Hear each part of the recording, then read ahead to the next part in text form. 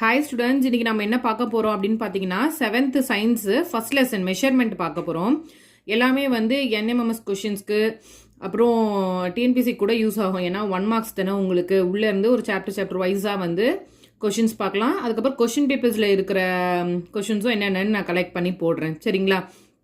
First என்ன சொல்லியிருக்காங்க, fundamental குவான்டிட்டிஸ்னால் என்ன? A set of physical quantity which cannot be expressed in terms of any other quantity.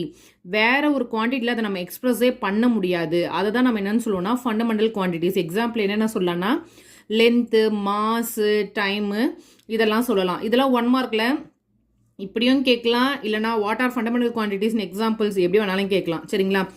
இப்போ fundamental quantity அதோட units. லென்த்னா அதை எப்படி ரெப்ரசன்ட் பண்ணுவோம்?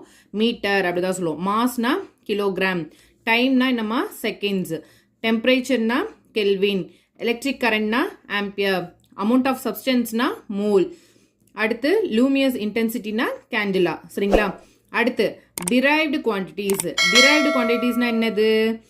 All other physical quantities which can be obtained by multiplying, dividing or by mathematically combining the fundamental quantities. Fundamental quantities கூட என்னென்ன பண்ணா மல்டிபிளோ டிவைடோ அந்த மாதிரி மேத்தமெட்டிக்கல் காம்பினேஷன்ஸ் வச்சு யூஸ் பண்ணி நமக்கு கிடைக்கிறது என்னன்னு சொல்லுவோம்? டிரைவ்டு குவான்டிட்டிஸ் அப்படின்னு சொல்லுவோம்.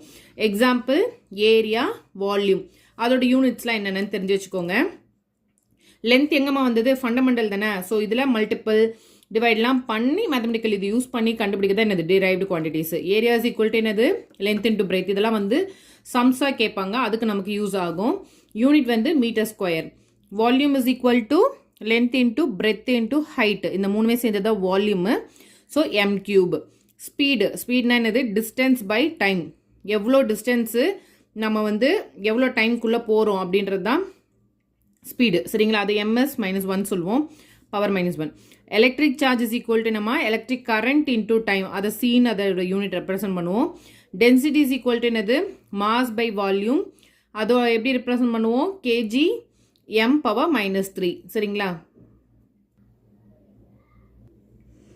அடுத்து இம்பார்ட்டண்டான பாயிண்ட்ஸ் என்னென்னு பார்க்கலாம். வால்யூம் ஆஃப் லிக்விடை வந்து மெஷர் பண்ணுறதுக்கு அதர் யூனிட்ஸ் கூட இருக்குது.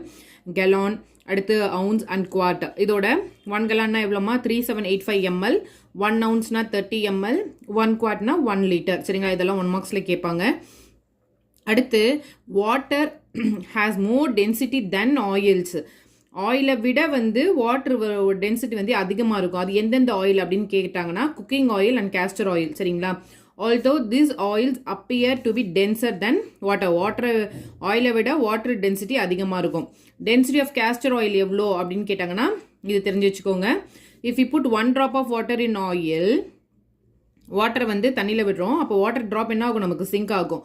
ஆனால் if you put 1 drop of oil in water, சரிங்களா, வாட்டரில் ஒரு ட்ராப் ஆயில் விடும்போது என்ன ஆகும்? ஆயில் வந்து ஃப்ளோட் ஆகும் and forms a layer on water surface. சரிங்களா? So however some oils are denser than water.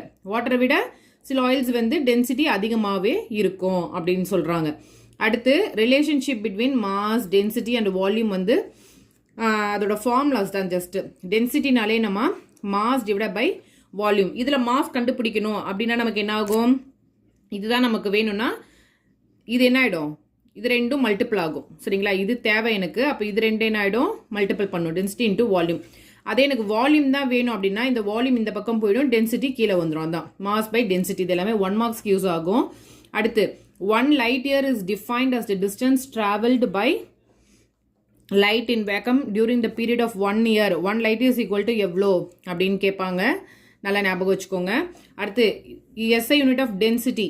அதோட SI யூனிட் என்னம்மா? KG by m cube. அடுத்து CGS unit of density.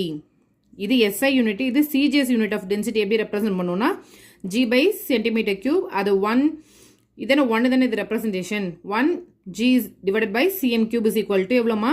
103 kg by m cube. இது எல்லாமே நல்லா ஞாபகம் வச்சுக்கோங்க. அடுத்து the volume of liquid are expressed in terms of liter. சரிங்களா? லிட்டரில் ரெப்ரசன்ட் பண்ணும்போது எப்படி சொல்லுவோம்னா 1 liter is equal to 1000 cc. The materials with higher density are called denser material. மெட்டீரியலுக்கு ஹையர் டென்சிட்டி இருந்தால் அது என்ன மெட்டீரியல் சொல்லுவோம், டென்சர் மெட்டீரியல்னு சொல்லுவோம். அந்த materials with lower density are called என்னன்னு சொல்லுவோம், ரேரர் மெட்டீரியல்ஸ் அப்படின்னு சொல்லுவோம். சரிங்களா? இந்த வீடியோ பிடிச்சிருந்தா லைக் பண்ணுங்கள், ஷேர் பண்ணுங்கள், சப்ஸ்கிரைப் பண்ணுங்கள் மறக்காமல். அடுத்தடுத்த வீடியோஸில் இம்பார்ட்டன்ட் கொஷின்ஸ் எல்லாமே நம்ம பார்க்கலாம். ஓகே ஸ்டூடெண்ட்ஸ், பாய்.